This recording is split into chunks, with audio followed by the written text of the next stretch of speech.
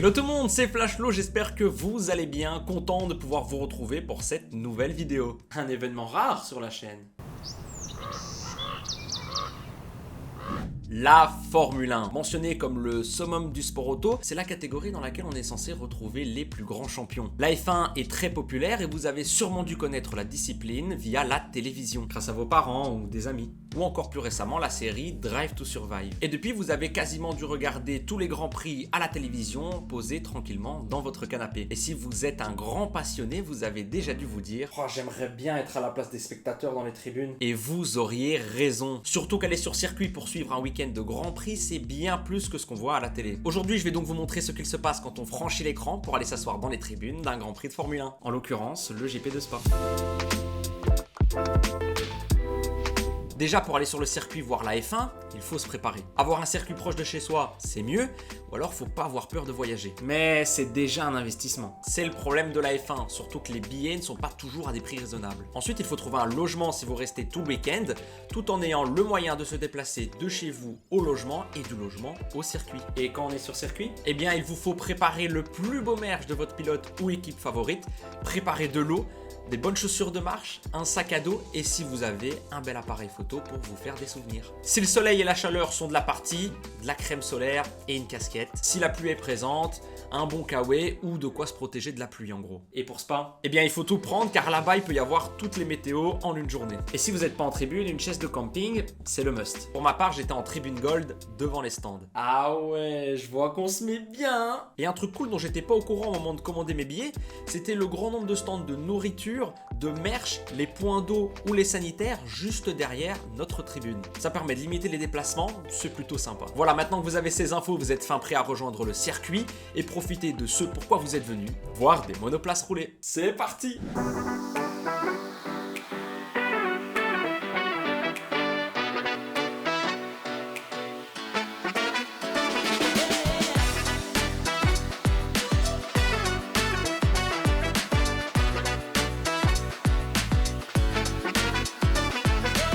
On est maintenant prêt à voir des voitures rouler et on commence la journée avec le haut du panier, à savoir la F1.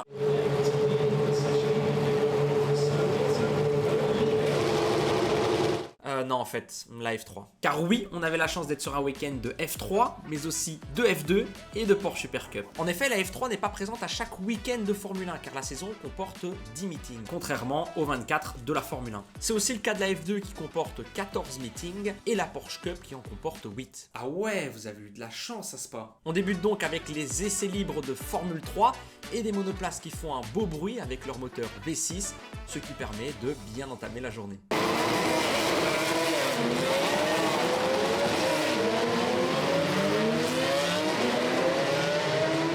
Ensuite, c'est au tour des essais libres de Formule 2 et leur bruit de turbo qui fait plaisir.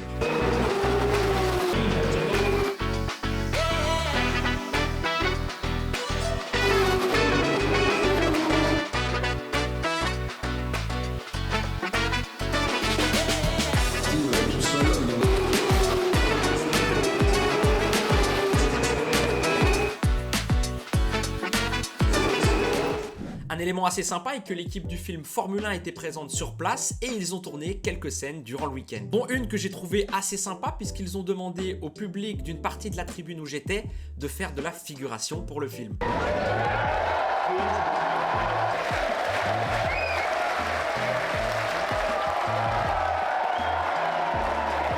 On verra donc sûrement cette scène au cinéma à la sortie du film. On a donc vu la voiture du film, une version électrique pour cette scène et deux versions thermiques qui réalisaient des scènes entre les sessions. Et t'as vu Brad Pitt? Malheureusement, non. On arrive enfin au summum de la journée, du moins ce pourquoi les gens se sont déplacés à la base, la Formule 1. On remarque vraiment que c'est attendu car dès que les voitures sortent des stands et passent pour la première fois devant nous, le public applaudit. Je vais pas épiloguer plus et je vais vous laisser profiter de ces quelques images.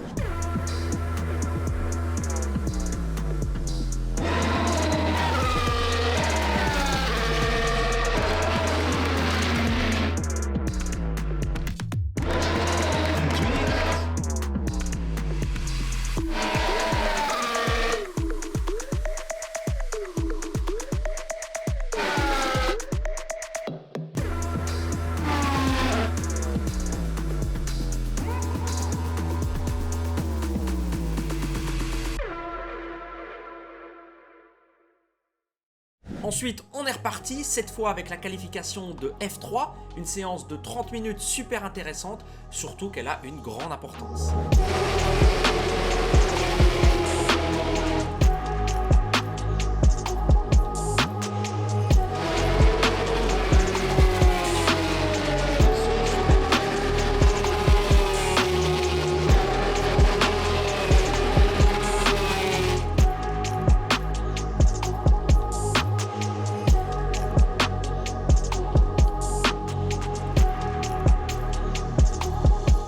Et à la fin de séance, c'était bien tendu. On sent la fougue de la jeunesse et que ça roule parfois à l'instinct. Du coup, dans le dernier virage, avant de lancer le dernier tour de qualif, c'était assez serré dans le peloton.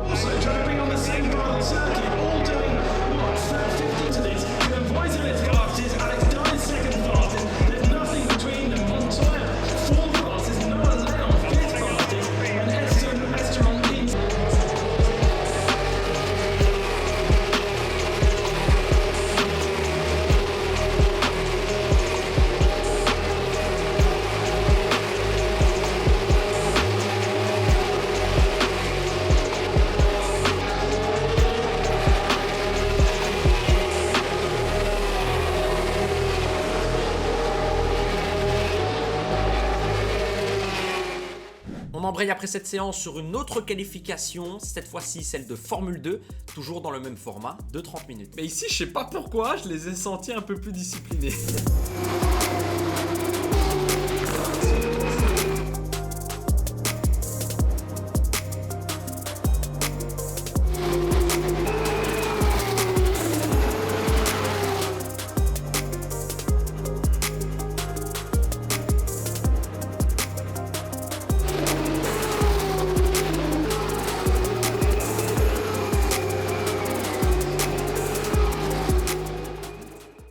Chose intéressante, on a vu un journaliste de Formule 1 passer dans les tribunes pour tourner des séquences et discuter avec le public. Il est venu discuter avec toi? Eh bien non. Pourtant, vous savez que je suis le mec qui fait pour les caméras. Il est ici et aussi là. C'est le mec qui vit pour les caméras. C'est le mec.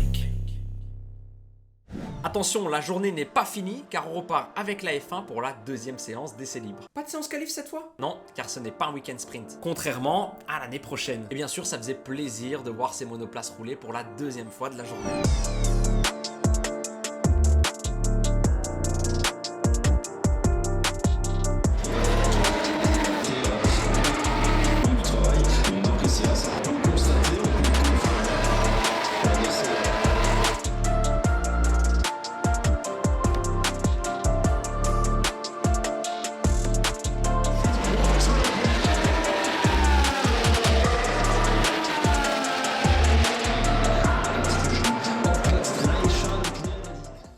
Enfin, il y avait la séance d'essai libre de la Porsche Cup pour clôturer cette première journée, mais malheureusement, je n'ai pas eu l'occasion de voir la séance.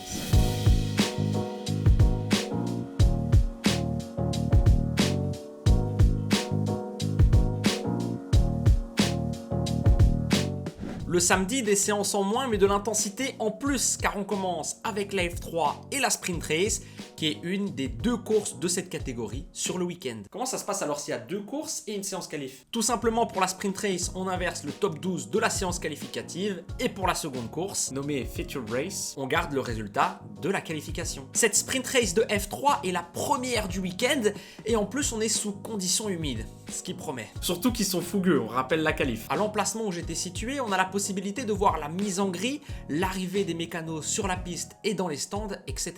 À savoir qu'en dehors des séances, ces voitures ne logent pas dans les stands de Formule 1, mais bien au cœur du circuit, au niveau des pits endurance. Et à chaque fois, le staff doit faire le déplacement en quad pour amener les pneus et le matériel dans la pit lane. Et les voitures doivent parcourir une partie du tracé pour venir se placer dans les stands. Je savais pas du tout ça. Une fois que tout cela est fait, place à la course.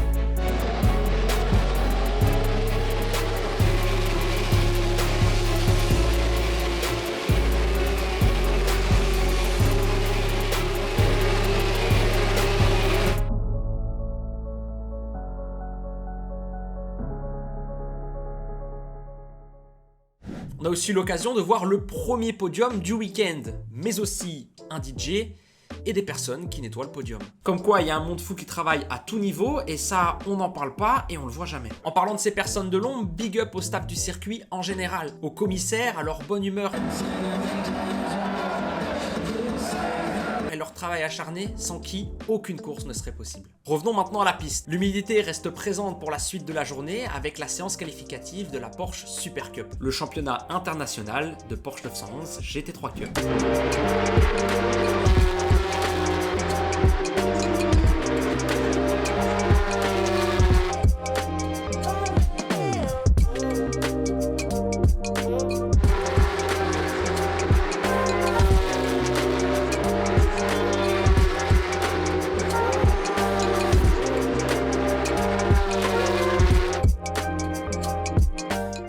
Et puis, le drame avec la météo.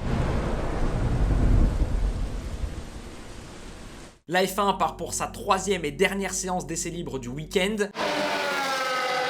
Et là, il y a un crash, un red flag, et ça roule plus. Oh, si le week-end finit comme Spa 2021. Heureusement, ça n'a pas été le cas, mais on y a tous pensé. Et une chose bien dans cette séance, c'est qu'on a bien pu voir l'Alpine avec la livrée spéciale.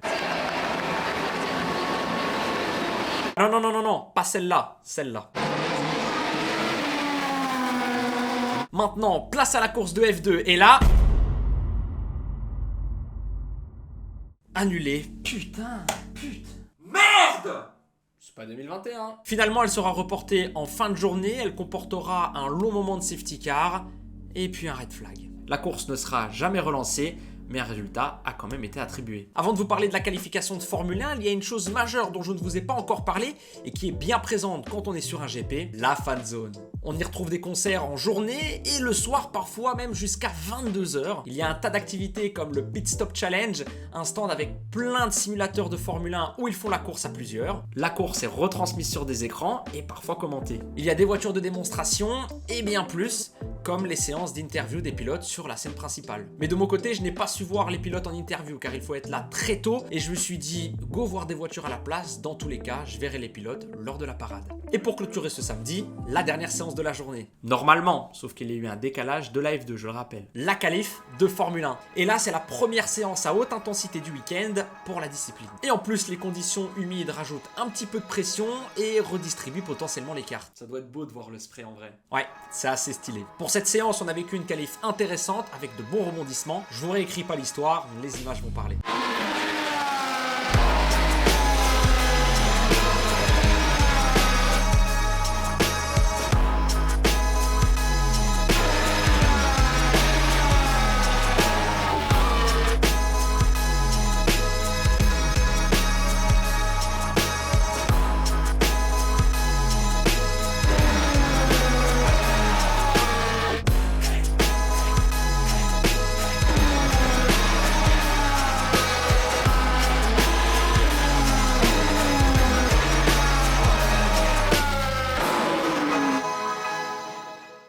Le jour le plus attendu, celui aussi avec le plus d'affluence, le Race Day.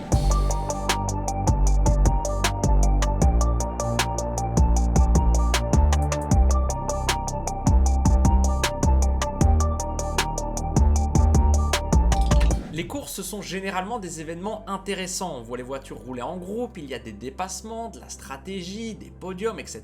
Le matin, ça enchaîne fort et ça débute surtout très tôt dans la journée avec la Feature Race de Formule 3. La seconde et plus longue course de cette catégorie.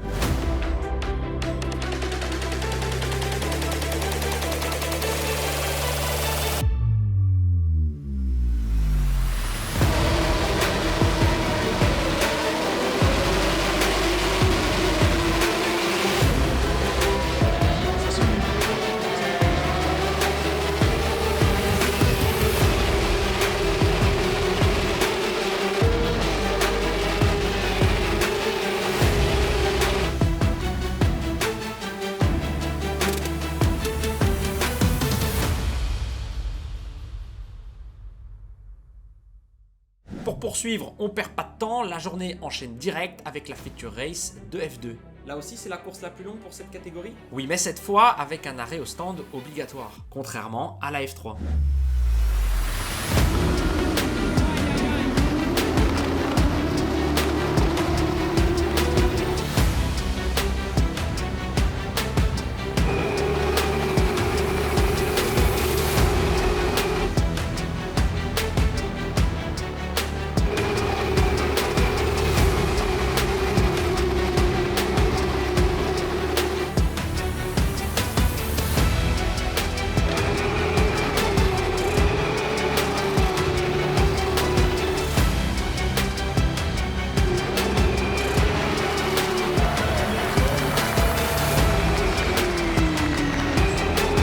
La course se termine avec la victoire d'Adjar, qui fait plaisir.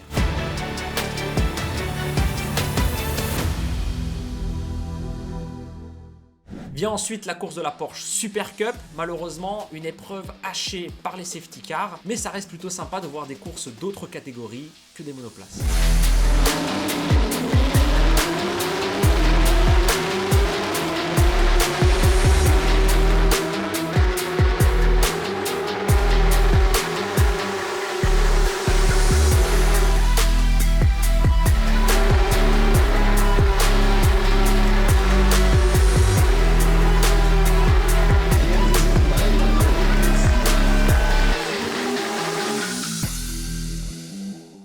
Une fois la course de Porsche Super Cup terminée, il y a 2h40 d'attente avant la course de Formule 1. Alors que c'était 40 minutes entre chaque session pour les courses juste avant. Qu'est-ce qui se passe alors pendant tout ce temps? C'est là que le spectacle sur place commence. Il y a tout d'abord les voitures historiques.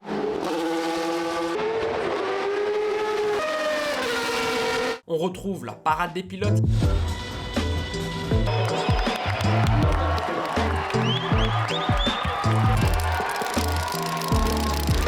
La cérémonie d'avant GP avec un DJ, un show, l'hymne national, un concert en fan zone et la mise en grille.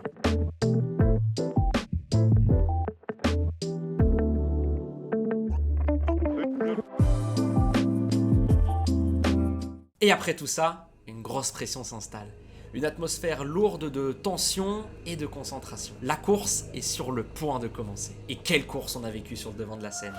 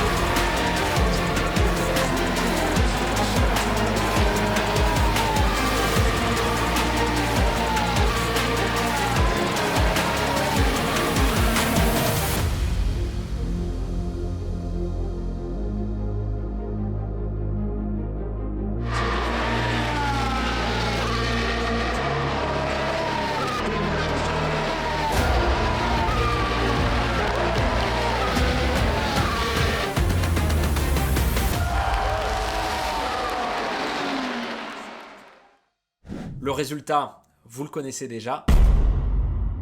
Mais qu'est-ce qu'il fout là, lui? Oui, je suis dégoûté car durant le week-end, je voulais interpréter au moins une fois l'hymne italienne. Mais ça n'a pas été top pour Antonelli en F2 avec son équipe qui le sabote dans les stands, Gabriele Mini en F3 qui ne fait pas P1, et pour finir, Leclerc sur le podium, mais que je ne peux pas voir, j'étais comme ça. En tout cas, c'était cool de voir Lewis Hamilton sur le podium.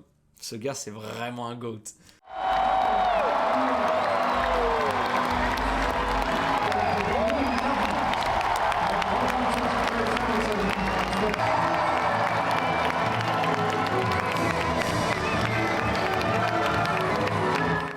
Prestance qu'il a en vrai, c'est fou, je te le fais pas dire. Au final, un superbe souvenir avec de magnifiques images qui resteront gravées en mémoire après ce week-end. En vrai, oui, la F1 ça reste un gros investissement, mais ça vaut le coup de le faire au moins une fois dans sa vie pour le show et l'ambiance.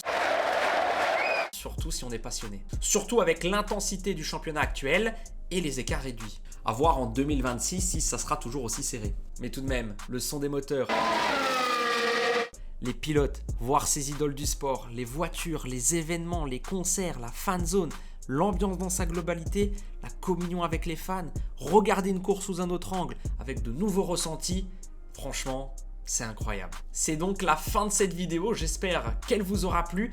N'hésitez pas à lâcher un like pour me le faire savoir et me dire en commentaire si vous avez déjà vu un Grand Prix de Formule 1 et sinon, lequel aimeriez-vous aller voir. Sur ce, on se retrouve pour de prochaines aventures et j'espère que maintenant, vous savez ce qui se passe en vrai sur un GP de F1.